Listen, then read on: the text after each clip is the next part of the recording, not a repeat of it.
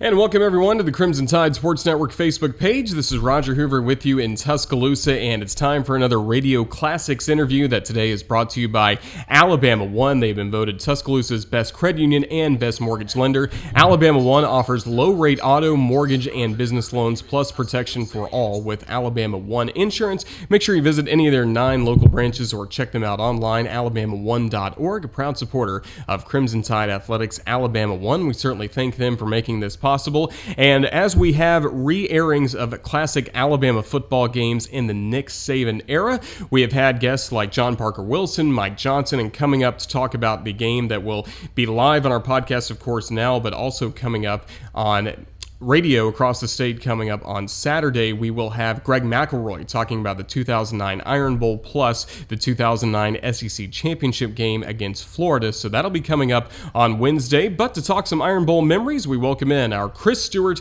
who, as we heard about in our last Q&A with Chris Stewart, caught the 2009 Iron Bowl, Chris, right at the perfect time. Roll Tide, man. How's it going?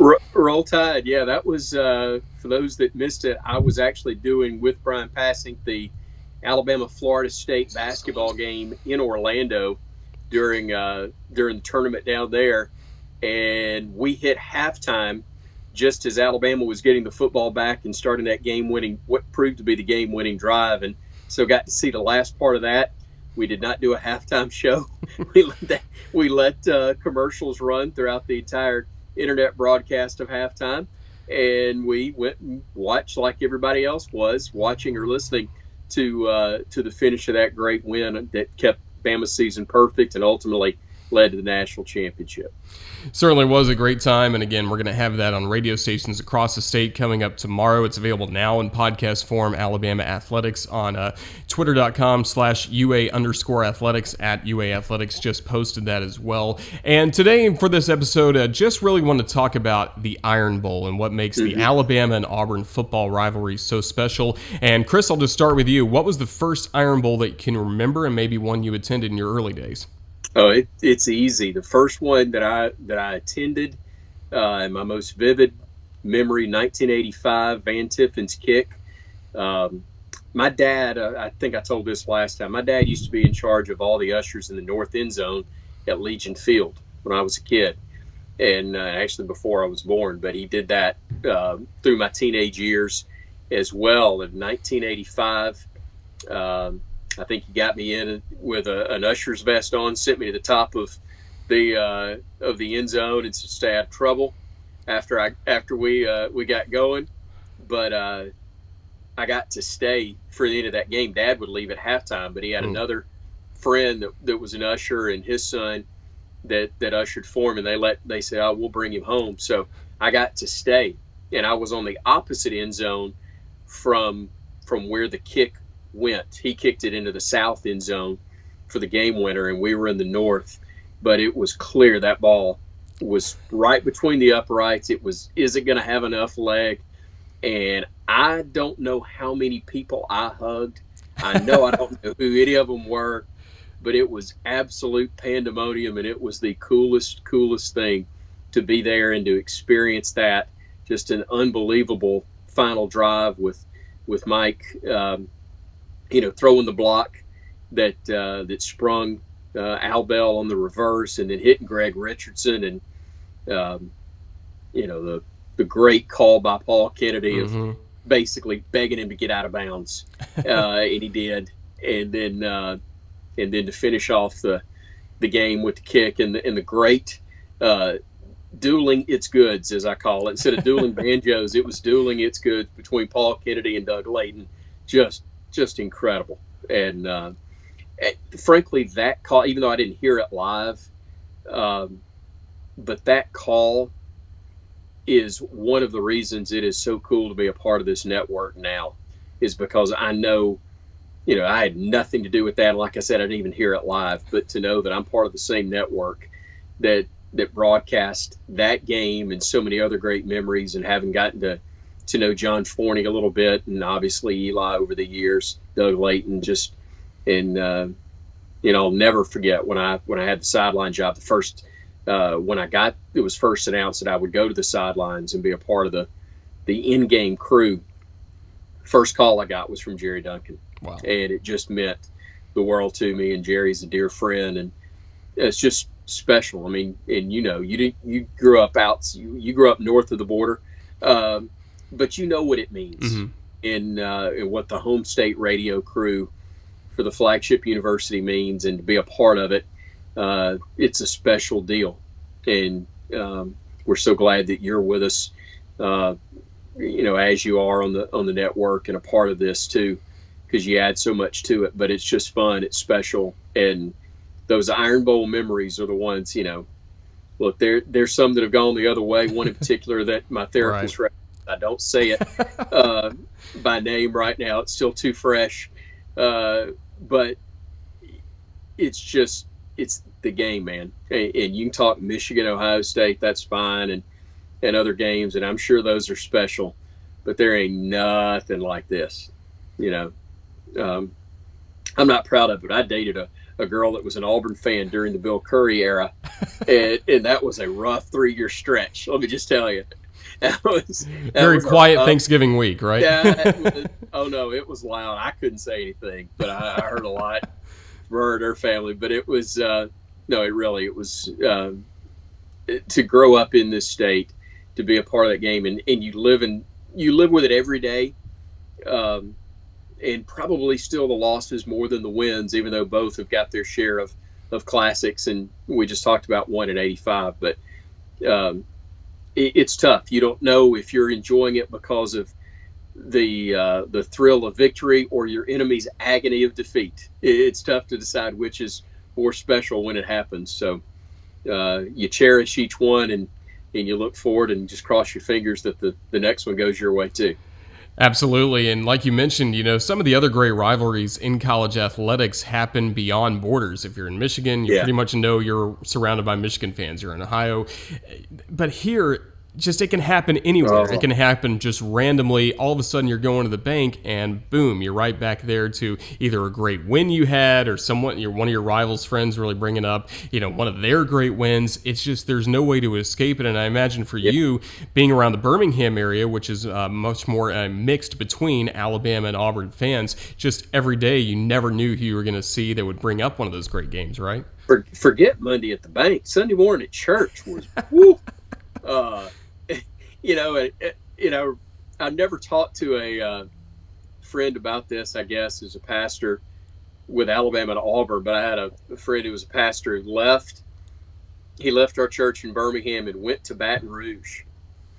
And it turned out, I told him when he left, I said, I'm going to come see you when we were playing in Baton Rouge this year. I'm going to come see you Sunday after the game. And it turned out that Sunday was the day after, Bama had the streak going since 1969, and it looked like it was going to be over. It looked like it was going to end that day.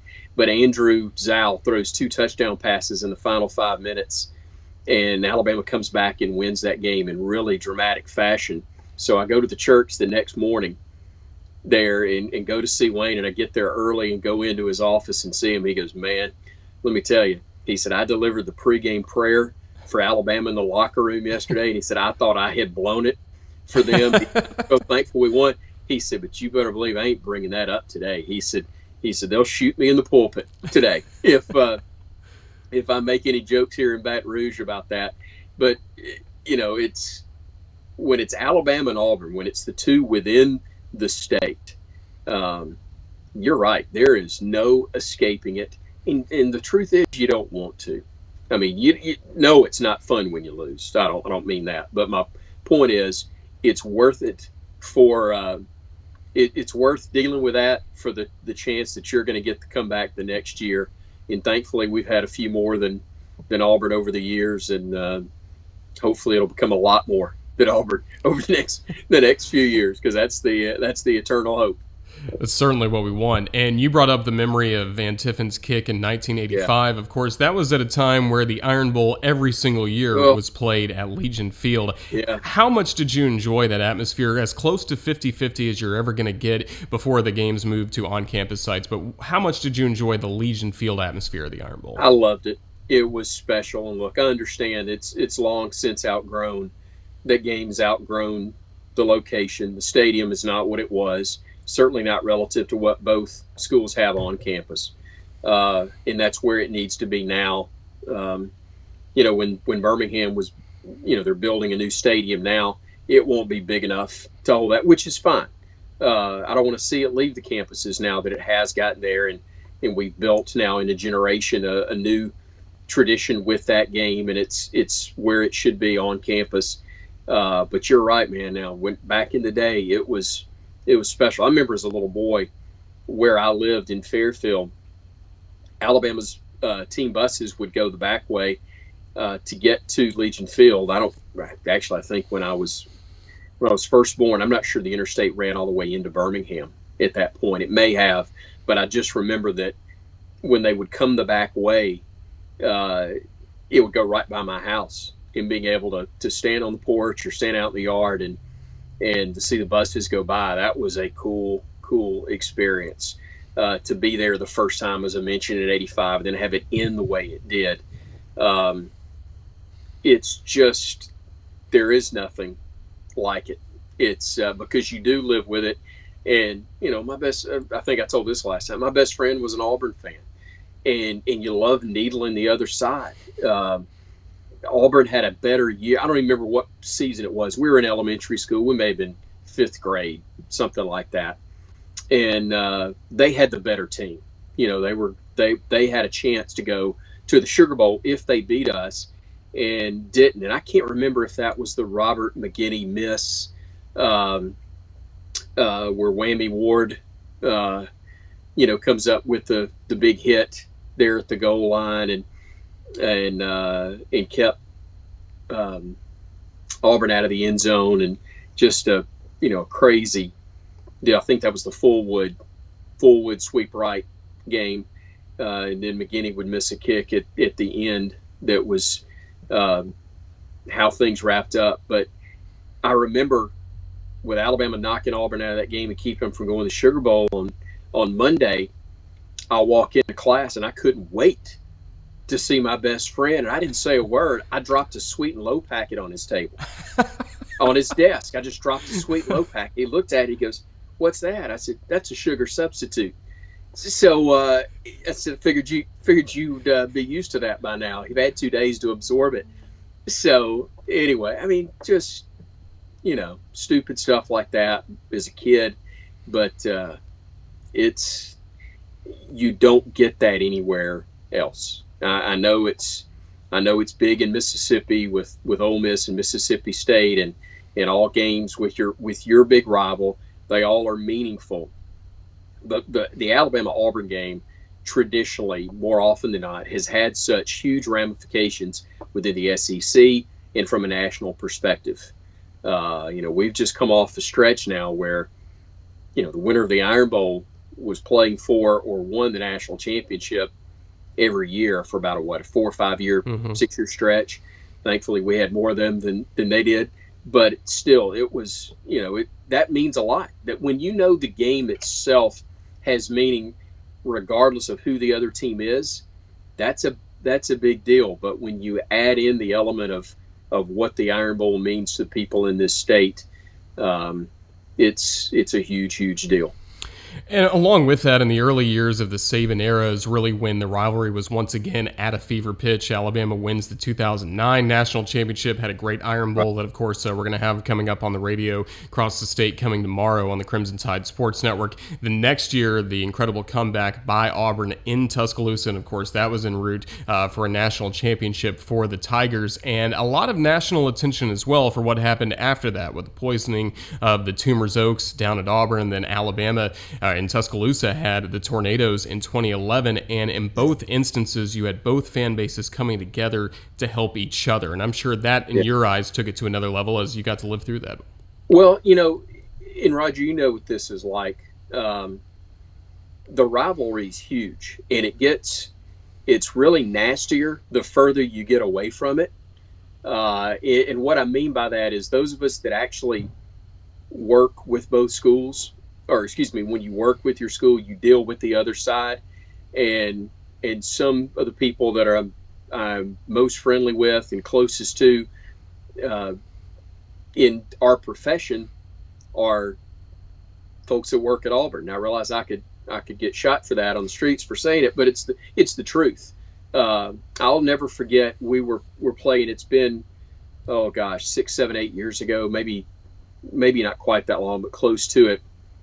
We're down there for baseball. I pull into the parking lot and I get a text message that Mal Moore has just passed away. And I actually told Mitch Gaspard and the coaching staff. I was the one that told them the news. And somebody from Auburn Athletics came over to me in the booth and said, "Hey, we just heard. Have you heard anything? Is this true?" And I said, "Yes, they've now confirmed it." Before the first, now that was, I pulled in 2 hours before first pitch. Just before the first pitch of the game was thrown, the national anthem, they had a moment of silence in Mal's honor there at Plainsman Park. Extremely meaningful that they would offer that gesture. It was either the next trip there, or it may have been that same weekend. I can't recall, but I think it was the next trip there that there's a fly ball down the right field line. Alabama's in the field defensively. High pop, and first baseman and right fielder collide, and the first baseman for Alabama doesn't get up. And he's down for 15 minutes. They have to get an ambulance. Paramedics take him out, and thankfully everything was fine. But Auburn athletic administrators were immediately in contact with our people to make sure that the young man was taken care of, that they had everything they needed. They had called ahead at the hospital. The athletic director at the time was Jay Jacobs. He was actually in Florida for a conference. He had gotten word of what happened. He called our administrator who was there for baseball and said, "I know we've already checked, but I want to make sure that you've got everything that you need, everything the young man needs. Just let us know what we can do. If you're not being, if you get an answer on something that you're not satisfied with, you need to know." And that was just terrific. And that's an example. And I know similar type things have happened by Alabama people toward his gestures towards Auburn. That's what I say. We both understand how much it means in the winning and losing aspect of it. That's the fun part. That's also the gut-wrenching part at times, but it's not always the real life part of it. And I've seen the example of that even closer to home with me when I've had my health issues in the last 2 years. The friends that I have with the Auburn Network, how they've checked on me. We got word about Rod Bramlett and his wife being in that terrible automobile accident that took their lives, and that Rod was being sent to Birmingham. And Eli and I went to the hospital. We wanted to be there and offer whatever support we could to whoever was there for Auburn. We didn't know if anybody had been able to get there yet. And as it turned out, Andy Burcham and was there along with the general manager of Auburn's network, and we at least were able to be there for them. And that's what it's more like, frankly, Roger, from a real life standpoint. I'll never forget, probably closer to 15 years ago now, Rod called me one day and said, "Oh, hey, I'm coming through Birmingham." It was during basketball season. They were going to play in Huntsville that night. He said, "I'm coming through. You got time to grab lunch in Birmingham?" I said, "Yeah." So we got together as we're walking to our table. He goes, "I wonder which fan base would shoot us first for getting together." We laugh about it, but we wanted to win. And trust me, when it started, because our lives are so much better as broadcasters when our team wins, because people we deal with are in a better mood. Besides the fact that we know the coaches, we know the players, they become friends in most cases, and you want to see them succeed. In addition to the fact that we've been, like I said, I grew up in the state as an Alabama fan. Of course I want Alabama to win. So that's a big aspect of it. But then there is the real life personal side, where there are moments where the outcome doesn't really matter. The games don't matter. It's about the people. And, you know, I think sometimes the closer you are to it, the more you're able to understand and appreciate that, and the more you see that. But yeah, church on Sunday morning after you've lost an Iron Bowl. Not too fun. Maybe want to sleep in if you have the chance. Right. And kind of with that, even though we're talking mostly about football, we do have one question from Griffin, one of our good friends from Chicago, who says, "Roll Tide, and do you have a best baseball memory of Alabama versus Auburn?" You know, we've had a stretch. It's crazy. We're down there. Alabama's not just one. They've had sweeps. I mean, look, that season 4 years ago, you know, after Mitch Gaspard had resigned and then Greg Goff had 1 year, and it was a tough year. It was a tough year, a lot of reasons why. Alabama only wins 5 conference games that year, but got 3 of them. And if Brad Bohannon's watching this, I'm sorry, Bo. He was assistant under Butch Thompson on that staff at Auburn at the time. But, you know, Alabama gets a sweep at Auburn in baseball, and that was such a rough year. It was a bad year. It was just a bad year, but still got the sweep down there against not a great, but a good Auburn team. Yeah, that was pretty meaningful. That was pretty fun.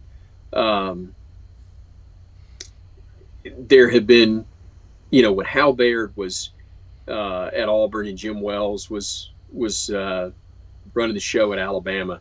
They had both in the 90s had teams that were in Omaha, and a couple of times at least, or once, I guess at least, maybe twice. Both teams were there in Omaha at the same time. So you had some terrific clubs, especially in the 90s. And we're headed back to that, by the way, right now. If that's another part of what makes this year and the abrupt end of the season so tough, is I really believe Brad Bohannon had this team clearly headed towards a regional and beyond, frankly. But the rivalry itself on the diamond has been really, really good over the years. And, you know, that's I'll put it this way. There have been wins that meant more in the grand scheme, but none needed more so than that sweep that took place. There's also one I saw on YouTube the other day, and I may have sent it back out on Twitter. Taylor Dugas at the plate. Bama's at home down. I forgot what year this was, but Taylor is unfortunately one of those guys where his freshman year we had a really good team, the one that went to the Super Regional, freshman or sophomore year. But the next couple of years were not as good, and not as many people were around, unfortunately, to witness that firsthand. What a great career he had. He left Alabama with every hitting record except for home runs, I believe, and RBIs. He was leader in triples, doubles, singles, total hits. Just unbelievable. Could lay down a bunt or may hit a home run to jumpstart you, as he did in that regional against Georgia Tech. But we're playing Auburn. It's at home. It's a Saturday game, I think. And there's 2 out, a runner at first. And Taylor probably didn't hit 4 home runs that year. But he hit one that day. He hit one on that pitch. It was a walk-off. 2012. It was really, really cool. It was before the ballpark was, you know, what it is now and redone, and it gets over that fence. I think the guy from Auburn might make the catch if he doesn't run into the wall first. Like he misjudged where he was and didn't get a chance to jump after it, thank God. But it was cool. That's another one that stands out. Yeah, certainly some good memories of baseball. And then even this year in basketball, we had 2 real thrilling games. Of course, the big home win to hand Auburn their first loss of the year, the first game for Coach Oates in the Iron Bowl of basketball, which some people like saying, some people, of course, do not. I kind of see myself more in the Iron Bowl's football only, but I know the IBOB is always a lot of fun trending around on Twitter and stuff like that. And then the game at Auburn was about as crazy as you could ever have. Alabama loses in overtime, but John Petty puts up a historic historic performance as Alabama climbed out of a huge hole in that ball game. No, you're right. The win at home, Auburn had not lost a game, and Alabama didn't just beat them; they thrashed them. It was like a 19-point margin, I think, by the time that was over. So that was fun.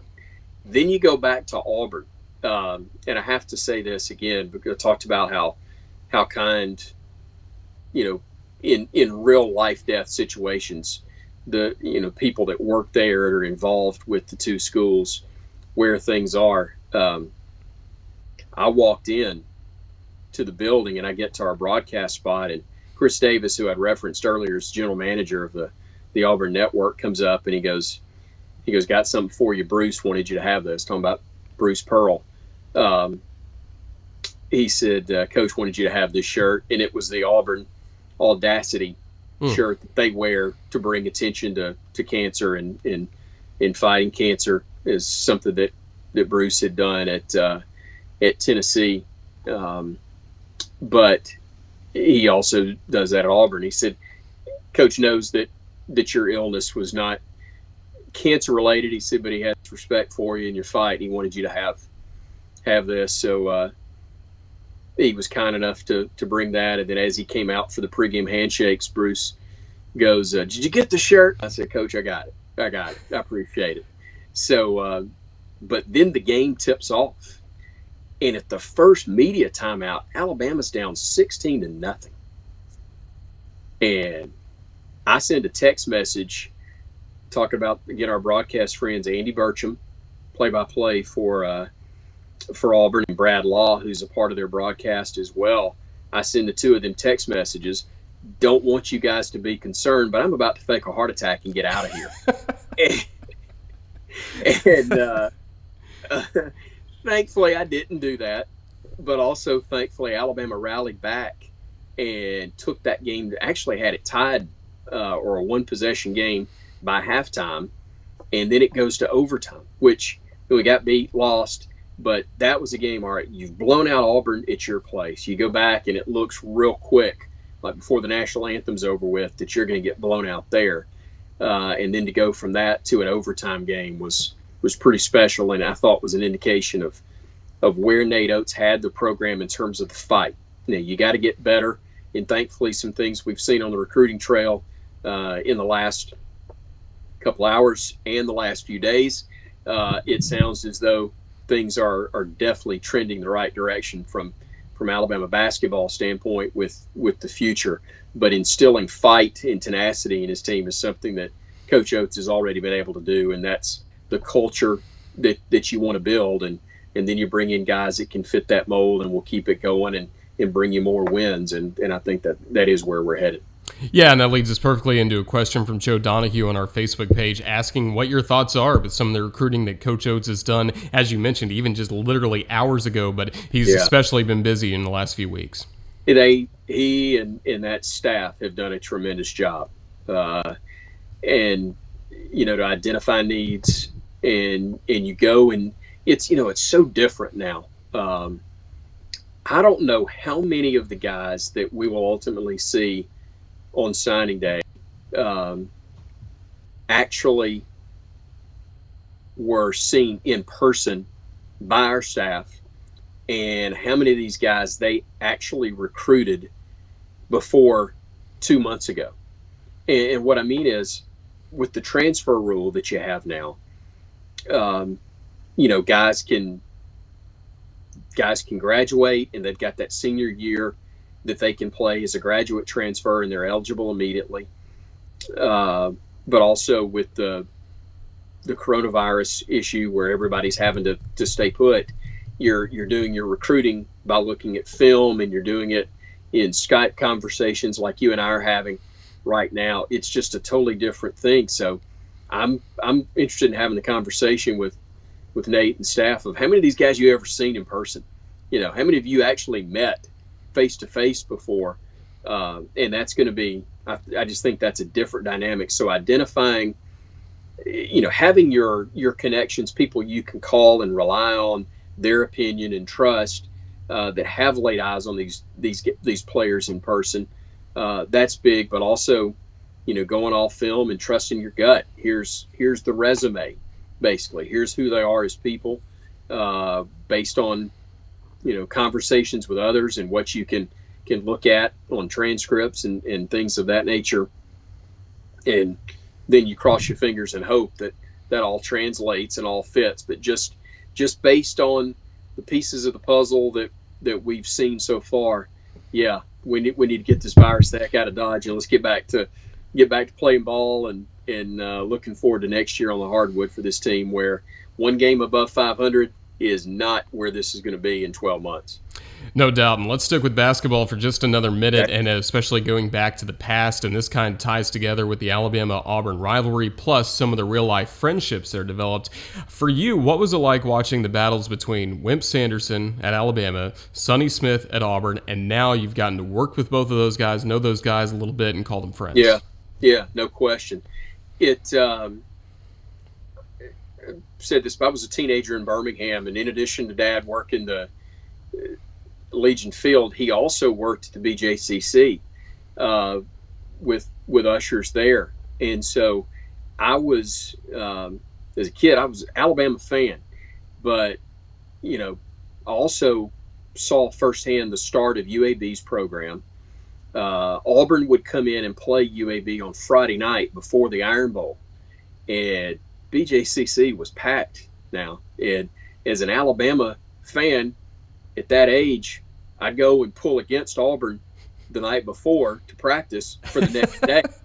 And so that was a lot of fun. But, Sonny had really good teams, went to the Elite Eight with a squad there. And it was not the squad that had Charles Barkley. It was after Barkley that he went to the Elite Eight.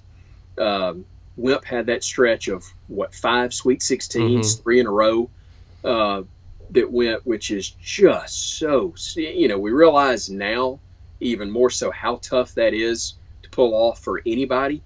Even the traditional teams, Kansas, North Carolina, you want to talk about, they're getting upset somewhere in the mix. So to be able to go 3 straight years to the Sweet 16, and each one was gut wrenching, and I know still eats Wimp up today that they didn't get at least one or more of those teams out of the 5 that went to Sweet 16s to an Elite Eight or a Final Four, because he had a couple that were good enough if you get the right draw. Tough to pull off. And but I did, I if Sonny, it's really tough not to pull for him when it doesn't impact Alabama. And that's the way I was. And I used to tell him that. I said, when I first got to know him, I said, man, I pulled for you all the time if it didn't hurt us. I see. So I know you wanted us to lose like crazy. If it did, I said, of course I did. You're Auburn. I said, I don't care how good a guy you are. I'm pulling against you if it impact Alabama. And but no, it was so cool to have been a fan of the sport as I was as a teenager, and then professional. I found a picture a week ago of me and Wimp and Sonny on the set of a local cable access show. Sonny had just moved back and Wimp both had just moved back to Birmingham, finishing up their coaching careers. Wimp from Little Rock and Sonny from VCU, and to have a chance to work with them on a weekly basketball show that was it wasn't high tech, and the viewership was probably not bad, but weren't setting any records given the reach that we had. But it was so much fun. And then over the years, having done some radio from time to time with both of them, and just to know them personally, it's so much fun. Because Wimp, even when he's in a good, you give Wimp $1 million, he can go, what am I going to do, carry this around all day long? But he's got a heart of gold that I already knew, but I experienced that during my illness as well, and I'll just leave it at that. But so good. And Sonny's guy I'll call every now and then just to check in, see how he's doing, and very, very thankful. Roger, you know this, and you're still a young guy. I'm not. But you'll learn, it already because you're wise and you've been in it long enough to understand this. But as we go on in life, but especially in our profession, it is relationships. Yeah. And you want to, just like you want to beat your buddies when you're playing in the backyard, you want to beat your friends when you're an adult. You want your team to win, as I said a couple of times already, because it makes our quality of life so much better. I tell coaches when they get the job at Alabama, I said, nobody's going to pull for you other than your wife. Nobody's going to pull harder for you than I am, because here's how things work. And I got this from Joe Fisher at Vanderbilt. He told Kevin Stallings this when Stallings got the job years ago there in Nashville. He said, nobody's going to pull for you more than your wife. Nobody's going to pull for you more than I am, because the way it works is if your team's struggling, you can walk into a restaurant and people will still smile politely and wave at you. But then when you go to your table, they'll walk over to my table and tell me how bad you suck. and that is truthfully, what we deal with. People will say things to us that they would never say to the face of the coach. And they don't take into consideration, we might be friends. There's a professional relationship, but some of these coaches we truly become friends with. And, it's tough. It's tough. You got to bite your tongue. You got to smile. And when things aren't going well, I'll tell, I just couldn't watch. I had to turn it off. I said, well, at least you had that option. I had to sit there and sit for all of it. Yeah. Had to sit there and describe it within FCC guidelines all the way to the finish. So I'm glad you had the option to change the channel if that's what you wanted to do. Well, one coach that you rooted for, of course, during his Alabama days was Anthony Grant, and Ryan Hall on our Facebook asked us what you thought of the success he had, and that is one of the big shames, I feel like, of not having an NCAA tournament season this year, because Dayton was going to be a popular pick for a lot of people to pencil into the Final Four, maybe even win a national championship. But I know just from afar you had to like seeing his success this year. I did. Anthony Grant's a good man and a good basketball coach. Won a national title before he got to Alabama, had some success, especially the first 3 years, and unfortunately not able to keep that momentum going. I think he's become a better coach. I haven't talked to him about this. I've said this before. When I was sick, Anthony, first with my stroke, and then 2 years later, or a year and a half later, when I had the infection after my bypass surgery, Anthony and Chris called me, his wife, Chris, just very good people. But I think he's become an even better basketball coach.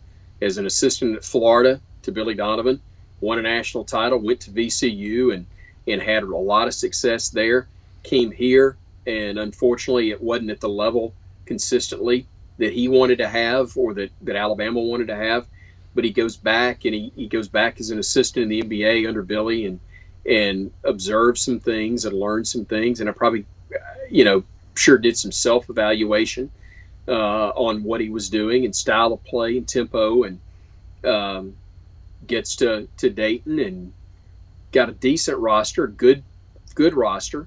And then Obi Toppin sat out a year and developed under Anthony, and good night, best player in the country this year.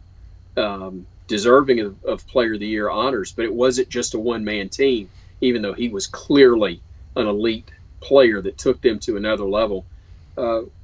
Excuse me. Very happy for him and his family, like everybody else, regardless. Hate it for them. The season didn't finish, didn't get completed, played out, just like I am for Alabama, because I think that team was capable of winning games in Nashville and having a little better taste in their mouths in the off season than what they're going to have. But I'm really tickled for him and where things are going for Dayton. Just like with Avery, Avery's back on TV, and that personality, and have heard from him and communicated with him. And, prior to Anthony, worked with Mark Gottfried, and happy that his team finished strong out west in California, and wish the best for him. And the interim, 2 interims that I've worked with, Philip Pearson, who's just announced that he's coming back from Clemson. He'll be a part of Andy Kennedy's staff at UAB, but also John Brannon, who had played for Anthony and Billy Donovan at Marshall, and then coached obviously on his staff at Alabama, became the interim for a couple of games after Anthony was let go, and did a really, really, really good job. Tough circumstances in the NIT. Now a great run at Northern Kentucky, and just finished his first year at Cincinnati, where he had a great year, and bright days ahead. I'm so blessed, man. It's the jobs are great, and you know this. I'm preaching to the choir when I say this to you, but to our viewers here on this, it really is in many ways like any other job. I know the bad days at our job are better than a lot of good days at other places. I get that. We're fortunate to do what we do. But it's like any office job in the sense that the people you work with day in and day out are really what determines how much you're enjoying that particular day at the office. And obviously our broadcast partners, it's not just lip service, they're friends. We enjoy them. Coaches, players that you and I have a chance to be around. And in my case, I'm just incredibly fortunate, just regardless of the sport, regardless of, the era, from my very first play-by-play gig as an undergrad at the University of Montevallo with Rob Spivery as the basketball coach, through Dwayne Rebo, who, was announced he's going to be on Bucky McMillan's staff at Samford. Dwayne at 71 is going to go back and basically be a sounding board for a guy that played for him at BSC. I've just worked with terrific people besides being really good coaches, and they were good to me early in my career when I was a horrible broadcaster, all the way through now where I'm a horrible broadcaster, but I'm a veteran. Disagree. You're a great broadcaster.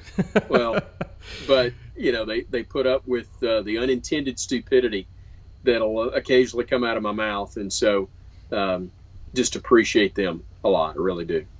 Well, as we start to wrap up, we had you on here last week for a quarantine Q&A, and you and I kind of caught up on a few issues that are going on with COVID-19 and the hiatus we've had with sports, but just everything going all right for you? What are you doing to fill up the days over the last week or so? Very little. And I think I talked about this. If I'm repeating myself, I apologize, but the break came at a good time for me. I was very tired when basketball season came to an abrupt halt, and I would have preferred, and I'd been fine doing baseball, but it frankly has been good for me to get some additional rest. I needed to do things that allowed me to feel normal again. I needed to go back to work so that I could prove to myself that I could still do it. That's huge that I was able to do that, and just from a mental standpoint, psychological standpoint, knowing that I can still do this job, that I have a lot of respect for the job given the place I'm doing it. However, I'm very grateful that I'm able to get a little rest and recuperate even more. And it's why probably, the quarantine at home, it's different for me than it would have been a year ago. When you spend 91 days in a hospital, being stuck at the house and in the yard and watching the kids play ball, and you're in charge of the remote, and you're not in pain very much anymore. I'm not 100%. I don't have all my strength back, but I am so far from where I was, and I'm very grateful for that. So I'm probably not in the same boat that a lot of people are in terms of going stir crazy. I'm still in the every day that I wake up, I'm thankful, and doubly so that I'm not in the hospital anymore when I do wake up. So it's been very nice. Well, we're certainly glad for that, and thank you again for spending some time with us. I know we've had a great reaction on Facebook already from Crimson Tide fans, and hopefully we'll be able to talk to you again down the road. We would just love for it to be at Bryant-Denny Stadium or Coleman Coliseum or Sewell Thomas Stadium. We are very much looking forward to that. But Chris, just thank you for all your time today. My pleasure. Yeah, we're bypassing handshakes. I need hugs. We'll skip that when it's clear.